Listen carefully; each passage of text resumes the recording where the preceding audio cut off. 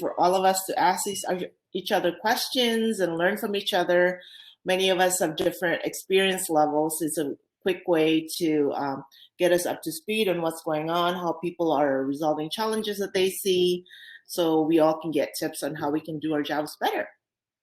And for this month, the topic we chose is how to run a mentorship program for your community. And Claire, why did we choose this topic?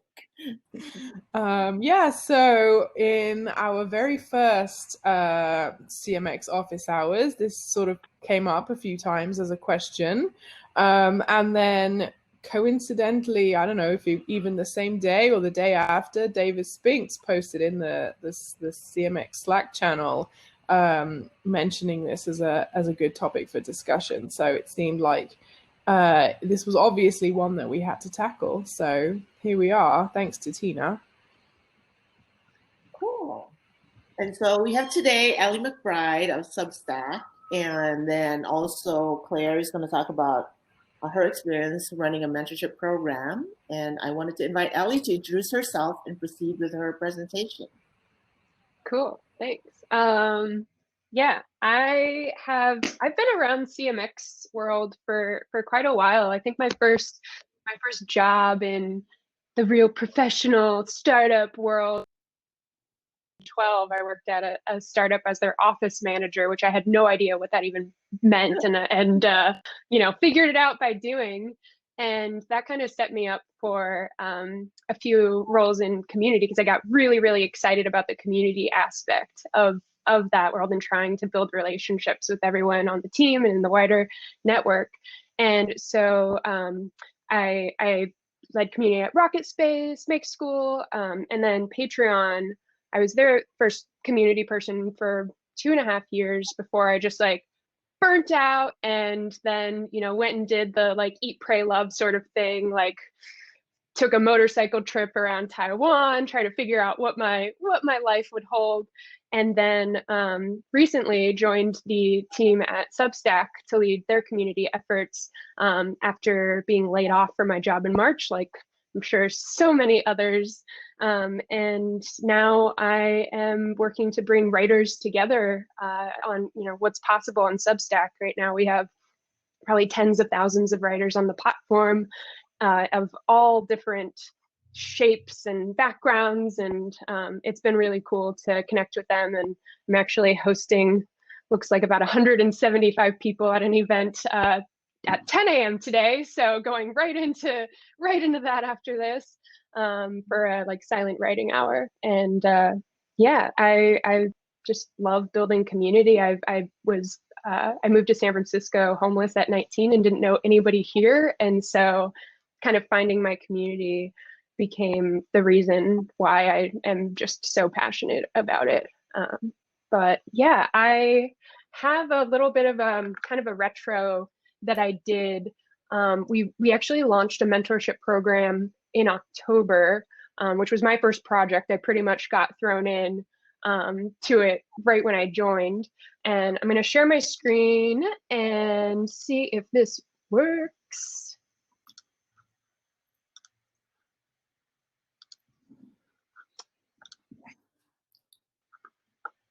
Yay.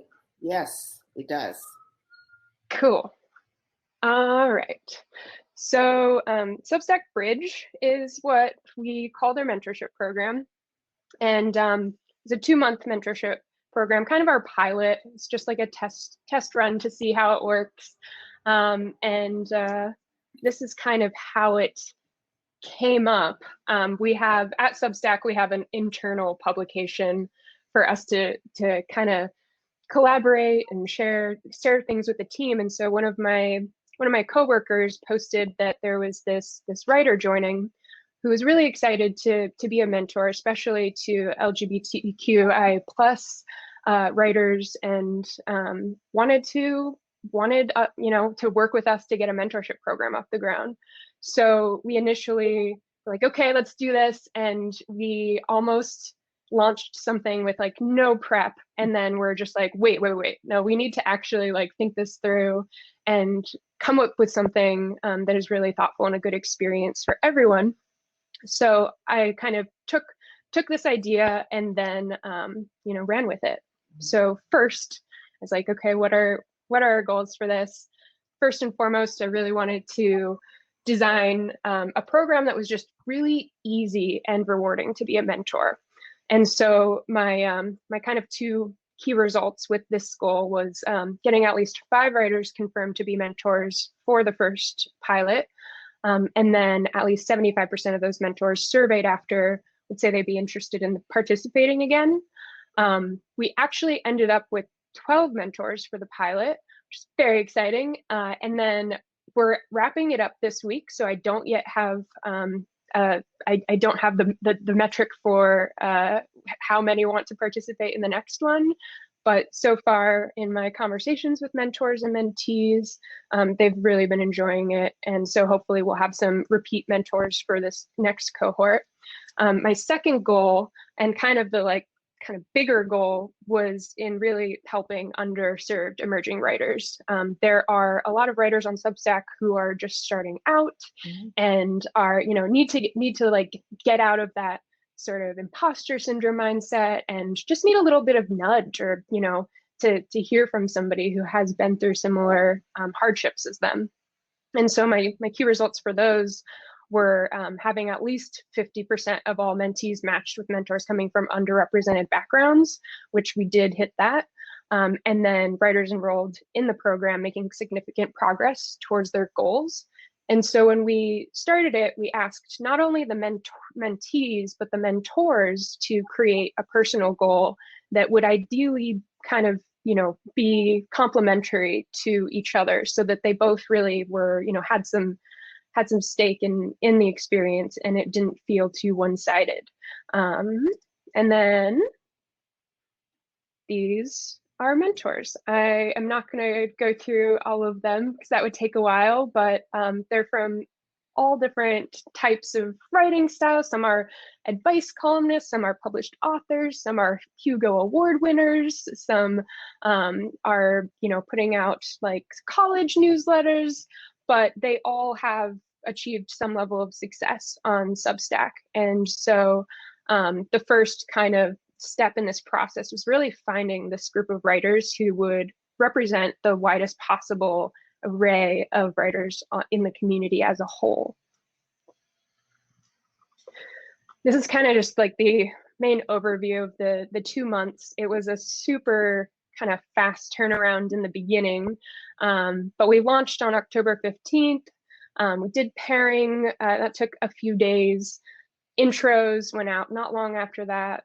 And then sessions were kind of, it was flexible for mentors and mentees. We kind of gave them the initial sort of, here's the times that you stated work well for you. Now, like, take it from here, and then figure out your cadence. And then we're wrapping up this week. I'm just gonna dig into these areas just a little bit more.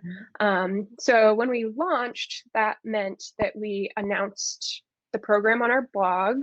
We made a landing page, and then we opened applications. And so this was kind of just a snapshot from the landing page. It's what we showed speakers, or not speakers, mentors, with a link to their Substack, a little bit about them, and then the application, which was not super long, but was enough to really, you know, show that if you are applying to this, it shows you have some level of seriousness in wanting to participate in it. We gave less than a week for writers to apply, and my computer is so slow when it turns slides. So I'll share just a few kind of metrics around how this all went. When we announced the program, we had almost 50,000 views, and about 30% open rate. Some other vanity metrics. This is less relevant for y'all. I'm literally just pulling this from a retro I did with my team. But the more exciting thing is we got over 1,000 applications in less than a week. And I mean, this is super, super exciting, but also, you know, we had 12 mentors. So it was like, yeah, okay, now how do we continue to engage all these people who are very excited about this, which I'll talk about in a second. So for pairing, we really wanted to consider, things that aren't necessarily the most like cut and dry in people's experience, or like not like, oh, you have the same job, so we should match you. Really wanted to think about what are some of the experiences that you've had that might help somebody else who could be going through those experiences now. We didn't match people based on their astrology. This is just for fun. But we did set some criteria for mentees just so we had a certain level of kind of commitment, or we knew that these mentees were going to actually like take this seriously. So we required that they had at least 100 signups to their publication, and we're publishing at least once a month. Most of our writers publish weekly, and so once a month is a pretty good benchmark to at least show that you are excited about doing something regularly. And then shows promise in writing. So definitely a softer sort of criteria, but we just looked at your publication, and if you seem like you had something to say, an interesting niche topic, or really like getting out a good message, we were really excited to match you with a mentor. And then after we went through all these applications, did like kind of a first pass to weed out anyone who didn't meet this criteria. We then went through and looked at whether, like, we asked in the application whether or not, or which mentees were excited about being matched with, and ended up matching everyone with the mentor that they were most excited about. So we're able to filter through these 1,000+ applications pretty easily with using these certain criteria for filtering. And then introductions happened. We just sent an email intro between the mentor and the mentee, and then left it to them to figure out their meeting cadence. And then asked that they make the first meeting a little bit longer and a little bit more of a get to know you sort of thing. And then the following ones could be a little bit shorter. So sessions have been running from October to December. We asked mentors to set up 2 to 4 virtual calls with their mentee on either a weekly or bi-weekly cadence. A couple of them were also doing monthly, just like much longer chunks of time. And then we made a toolbox that was just a very lightweight way for them to kind of stay on course and have prompts for their sessions. And I'm going to share a little bit from that. This is our kind of online community beta. We're using Circle. And as you'll see on the left, there's this section that says Bridge, which is private to mentees and mentors in the program. And then this toolbox shows these different modules. Each one has some info to help you get onboarded, as well as a prompt each week. This is Casey, the mentor who was the kind of catalyst for this program as a whole, introducing himself to other mentors. You'll see that there's a little tag on both of their profiles saying that they're a mentor. Mentees have the same thing. And we're using tagging as a way to really identify people in the community as like, this isn't just a person who is, the mentor for this writer, but this person is a mentor of the community as a whole. And so they are an authority figure in a way, and a great person to, if you see them in the community or responding to their thing, like there's a little bit more confidence that that person like really knows what they're talking about. And so after that, this is kind of like the next steps I shared with my team, which I've been doing most of this, running the program, gathering feedback along the way. And then we're sending a final survey to both mentors and mentees this week to collect their final feedback and thoughts on the program as a whole, and then reporting back on that. I've also been outreaching to mentors for the next cycle and getting them onboarded. A way that one up with to make this a little bit of an easier experience and kind of an ongoing thing is scheduling monthly on like mentor onboarding sessions. And so I have those on the calendar, and we have an application for mentors to fill out if they're interested in participating. And then if they seem like they would be a good mentor, outreach to them, invite them to the next onboarding session, and then they can become a mentor for the next cycle. Another thing that I was really trying to solve was, providing value for these 1,000 applicants who did not get to participate in the program this cycle. And so I made sure that every one of them got a personal touch email that included some resources, as well as a special invite to a silent writing event that we hosted a few weeks ago that was our first of this new writing series that we're doing. I wanted to give them kind of, something special that was only for them, that also kind of gave me an opportunity to pilot this event and see how it worked with a smaller group of people. And so the next time we did it had, more like 300 people join. And so it was nice to have that experience previously to figure that out. I think that is it. And I know we have questions for later, so I'm gonna not have you ask me questions now. Yes. But the question that I have, thank you for that, by the way. I'm a visual learner, so that's why I said, when you, did you have any criteria for the mentors? It was a little bit less like cut and dry. We reached out to mentors who we already had existing relationships with and were, as essentially ambassadors in our community. They had participated in programs, and we knew that they would be good representatives.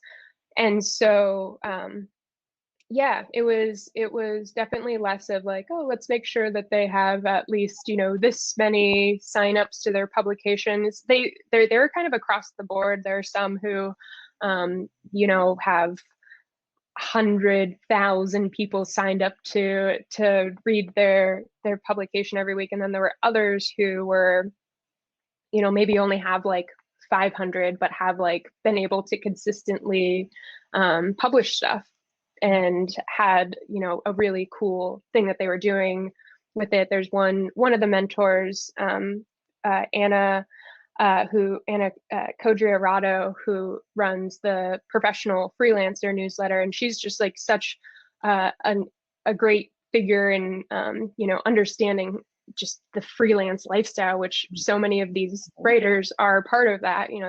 They're joining Substack because they want to have their freedom and be independent. And so some of them we chose just based on what they write about. Claire or Ferdy? All right. I am definitely nowhere near as an expert in this as Ellie, but we did a few years ago.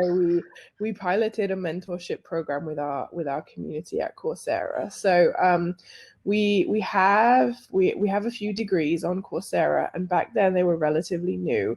But we had one master's in computer science with data science, and we thought it would be interesting. So one of the things that people taking a degree told us that they needed was help sort of after they finish their degree. How do they get a job, choose a career, kind of figure out that next step? And we figured the university providing the degree probably did a great job of teaching them about data science, but that we thought this was an opportunity for our community to help them thinking about their career. And at the time, we were experimenting with a data science community. So we reached out to that entire community to invite those people to become mentors. And at the same time, we let participants in this degree know that we would select I think initially we said it was going to be the top 50 degree students, and we definitely made it sound sort of exclusive, like it was going to be the best students in their class, and we were going to be matching people carefully, and we needed to feel like they were actually invested in the process, you know, to be eligible to get a mentor. So we got applications from both sides, and we asked people to tell us about their interests and their backgrounds, because, you know, data science is a broad field. So we wanted the mentees to tell us which specific areas of data science they're interested in for the future, and then we asked the mentors to tell us what their background was, and then based on that information, we matched them up together. We did a group video call with the mentors to sort of give them some basic training, and some, you know, provided some written guidance, a quick overview of the process, which in hindsight, one of our learnings from this was that we did not provide enough structure and enough guidance. But so they agreed to commit for a semester of this program, and they checked in via email. I think we provided them with a Slack channel, but most of them communicated via email, and I guess I'll jump straight to the results. Some of them went really, really well, and some of them really did not. And it partly because of our sort of relatively hands-off approach to it. We didn't provide enough structure or training, and we didn't do an extremely thorough vetting of who the mentors were. And so the experience really just came down to the quality of the mentors and kind of whatever their own previous experiences had made them good or not for this kind of role. And so there was some of the mentees felt like the mentors actually just didn't have enough experience to be mentoring them, and then others just felt that they didn't do a particularly good job of it. And then there was also some confusion. As I mentioned, this program was supposed to be focused specifically on the career side of things, and some mentees started asking their mentors questions more around what they were learning as part of the degree. And so the mentors were like, I didn't sign up for this. This is not what this is supposed to be. So there was sort of, you know, some confusion all around. I think we had a lot of great learnings from the program, obviously. And we haven't continued with this pilot. We haven't tried it again. The biggest reason behind that is simply because of how time consuming it is to match people together, and we probably didn't even put enough time in last time around. So if we were going to do this again, we would want to figure out some sort of automated matching system, but also one that actually really works really well, which seems like a huge challenge. And we didn't see from this particular program enough of a benefit to be worth investing in. But I think that's not to say we would never do it, but it's not one of our priorities right now. But I think we learned a lot from it. So hopefully I can pass on some of that. Verdi, any questions? Ellie? Yeah, just to kind of comment on what you brought up, Claire. There was before we launched this more official mentorship program, there was, back when Substack was like 3 people, there was a much more casual experience where some writers had offered themselves up as kind of, you know, casual mentors. They would do phone calls, and so other writers would just reach out to them and they would set something up. And the feedback that we heard from that was similar to what you mentioned, not having enough structure. And so for a lot of the mentors, it was exhausting for them. They're like, oh, I'm on this call and this person, like, I just have to like host this experience in a way rather than have it be this like two-way thing. And so a couple people who participated in that, who we outreached to become mentors for this, said no because of that.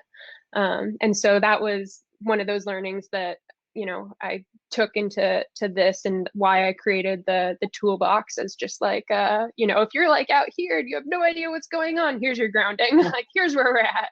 But it's like not, you know, so much that it feels like it's like work. It's, you know, here's just some conversation starters, and like at the end of this session you should be at this point, and you should have, you know, established your goals, and then check in on them here and talk about, you know, your process in this session, and by this one you should, you know, have made this sort of progress. And so yeah, I think that structure, what we've heard from writers, has helped a bit for them. So was that in your toolbox?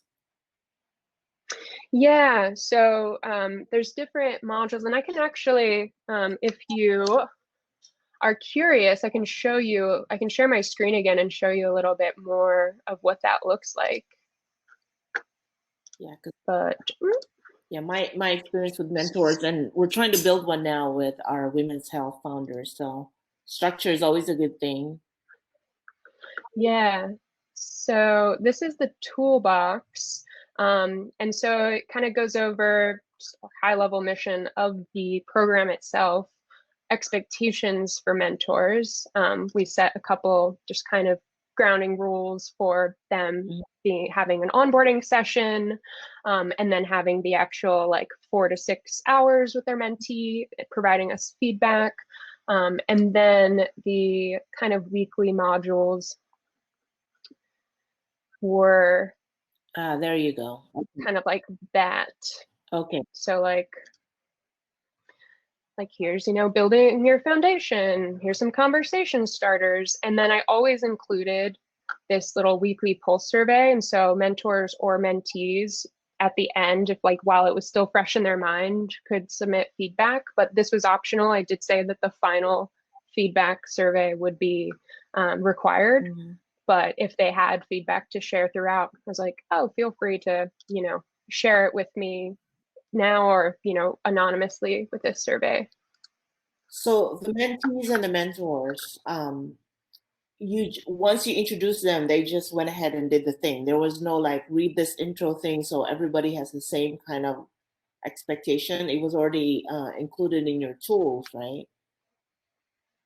Yeah, well, they did attend a 25-minute onboarding session. So we did, I had originally intended for it to be a group session, but because we had such little time to put this together and trying to, you know, align people's schedules who are kind of, you know, globally distributed, it wasn't super easy to do that. And so instead I had one-off sessions with each of the 12 mentors, which, you know, if we scale this out, that's going to be a lot harder to do, which is why I set the kind of monthly, more like group onboarding sessions. But in the onboarding, it was kind of, you know, it was just like a presentation similar to like what I just gave on like, but more on like, here are the expectations for participating. Here's what we hope you get out of this. Here are some things that, you know, mentees might be experiencing, and, you know, ways to interact or engage with them with that.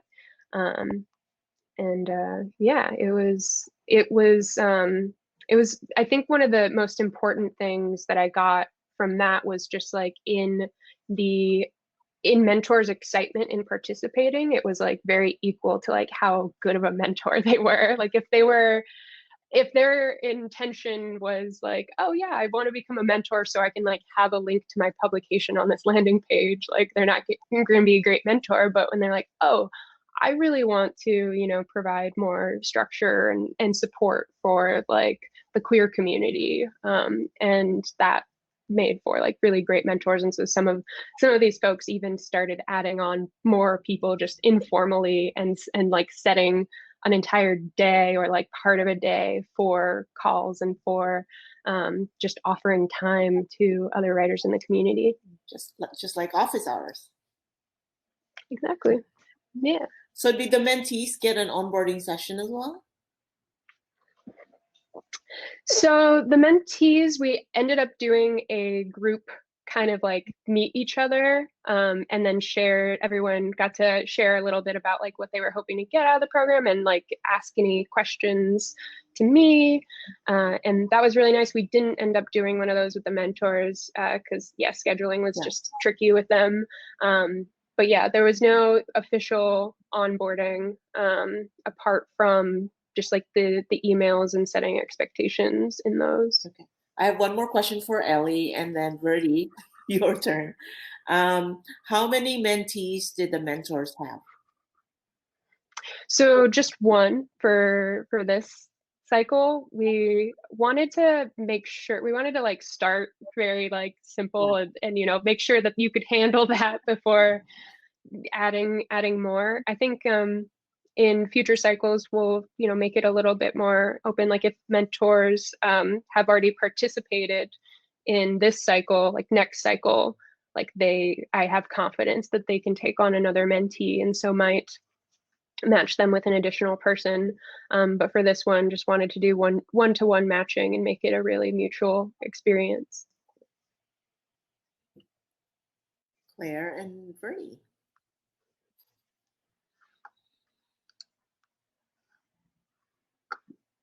Sorry, is there a question? I'm still being a sponge here. Are you figuring out ideas now on how you can craft your mentorship program?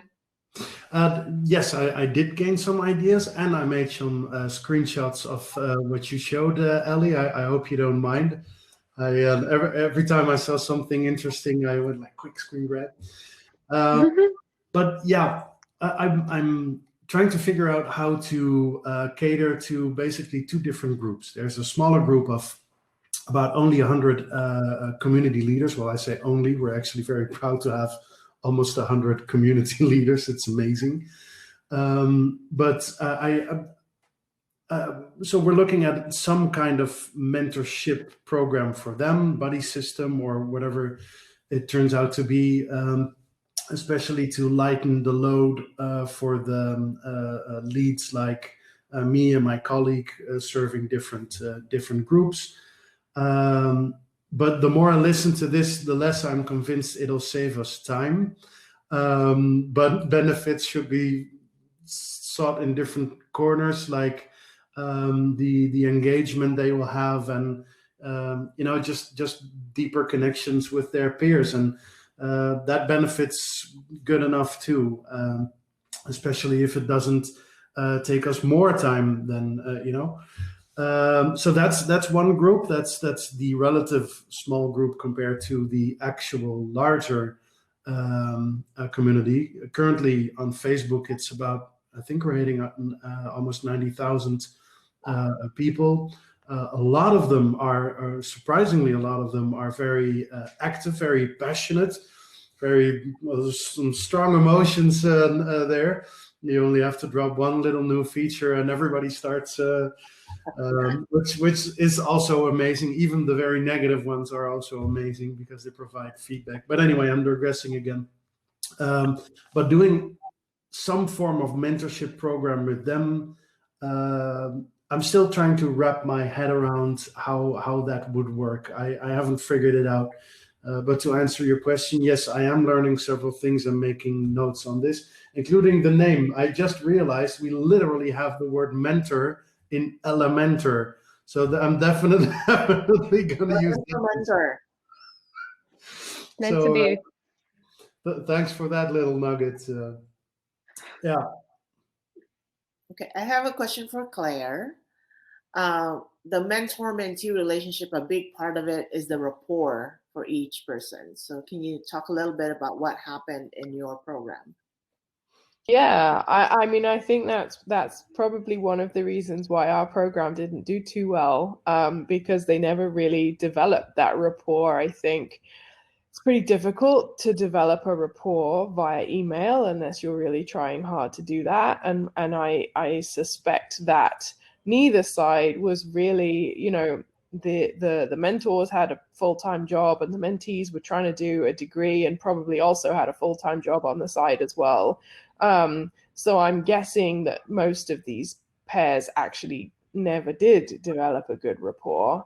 And I think that's an interesting point too, to think about kind of how long does it take to build up a good rapport? Because I think often when you think about mentor in the sort of traditional sense, you think of sort of someone junior in their career being mentored by someone with 20 years of experience or more. And it's more of a sort of lifelong relationship almost. And so I think these sort of community programs that are trying to replicate that, it's, you know, generally it's over a much shorter time frame. So I don't have an answer here. It's just, you know, something that came to mind based on your question. Sort of interesting, like, can you sort of shortcut that rapport? Are these mentorship relationships something that continue for many years, even maybe beyond the scope of your community and the original role, or do they sit within the sort of defined time period that you're working with? And one more thing, in response to something Verdi said, about trying to figure out what kind of a mentorship program might work for your Facebook group, I would say that I don't think a mentorship program is always the right idea. I think there needs to be a strong benefit from a sort of close working relationship, right? There's got to be some in-depth knowledge that can be transferred, not just sort of shallow, short kind of advice and tips, that kind of thing. Ellie? I have some thoughts on rapport, and I think it's a lot harder to establish it if you have a lot of just like different sort of backgrounds or life experiences. One thing that I noticed when I was outreaching to mentors and trying to, you know, find like a very broad array of writers, the writers who got back to me immediately with availability or had availability were typically like those who came more from privilege. And so that was like an interesting thing to just like keep in mind. And one of the questions that we asked in the application for mentees was, what sorts of challenges have you faced with your writing or just life in general? And that was like one of the main that when I was doing mentors to mentees, because if somebody had, you know, been dealing with certain, you know, societal that like hardship, or, you know, so like was a dropout, like a school dropout, like they might not be best suited to be matched with some like MIT grad. Like they probably want, you know, somebody who has had some similar experience to them. And so when they had those shared experiences, they immediately had like a sense of connection and rapport. And so it was a lot easier to get that from the start rather than spending the entire mentorship relationship trying to find that. So you shortlisted some mentees and delivered it to the mentors, and they picked the one that they wanted to work with? Yeah, so the way that it worked was we first did that first pass to filter out anyone that didn't meet our main criteria, and that left us with more like 300 to 400 applicants. And then I used a lot of like filtering of the Google Sheets just to like get all this information more quickly, which I was actually surprised by how easy it was to do this matching in this sort of way. But what we ended up doing was shortlisting 2 to 5 options, and then sent those options to the mentor to make their final selection. So rather than like being like, okay, here's your mentee, like meet this person, they already had a bit of investment from the beginning of like, oh, I want to work with this person. And sometimes it was surprising to me. I'd like shortlist 5 people, and then I'd have one in mind of like, oh, they're probably going to pick this one. And then they'd surprise me and pick a completely different one. And I was just like, oh, they should have this opportunity to be more involved in the selection process. Yeah, because that's where the rapport comes in. And I just wanted to comment, Claire, that so the terms we use, mentor, coaching, whatever it is, this is a short-term mentoring program that we're doing. And from my experience, it's good that there's a formal title for this period that Ellie's doing, October to December.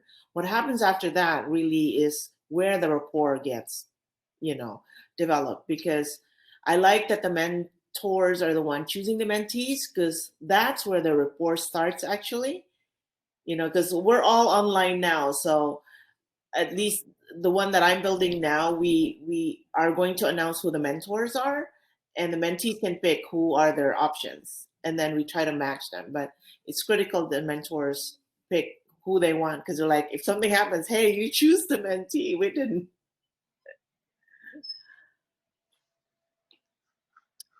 So let's see.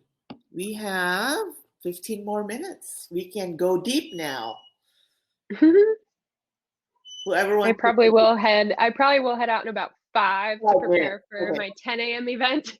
But yeah, happy to stick around. Are you okay, Ellie? Are you okay to share your presentation with Verdi? Yeah, totally. Let me just I can share a link to it in the chat right now. Thank you so much. Yeah. It'll definitely help me get started. I think you guys are further along than me. For me, it's still the very beginning, and even more geared towards this platform we're building to replace the Facebook group, actually, which won't take place for another 3-4 months before we even see the MVP. So luckily, I still got time to learn, but I am very much at the beginning of this. So thank you for sharing your knowledge so far. So Ali, I'll give you an opportunity for closing or other learnings or other requests and tips for the future for office hours topics. Yeah, I don't know. I'm just like super open to share any of my experiences with anyone. So if any of you want to, chat with me one-off, like very, very open, like this for me was my first time putting together unofficial mentorship program at my last role at Make School. I was exploring mentorship, but I was looking into a software that did all of the like, matching and had like an algorithm and all this stuff. But then realized that the biggest hurdle was in the actual like gathering the people, and then and that was like, the reason why I ended up not using a software for this, because those are kind of pricey too. So I would, say like it is what you make of it. So if there is, if you want to just try something super lightweight, like maybe put out a survey, see who would be interested in participating in something, and maybe just try like doing a few matchings and see how they work, and then you can kind of expand from there. But like starting with a giant thing is probably you're gonna learn a lot, but it might not be the best route to go. So start small. Yeah.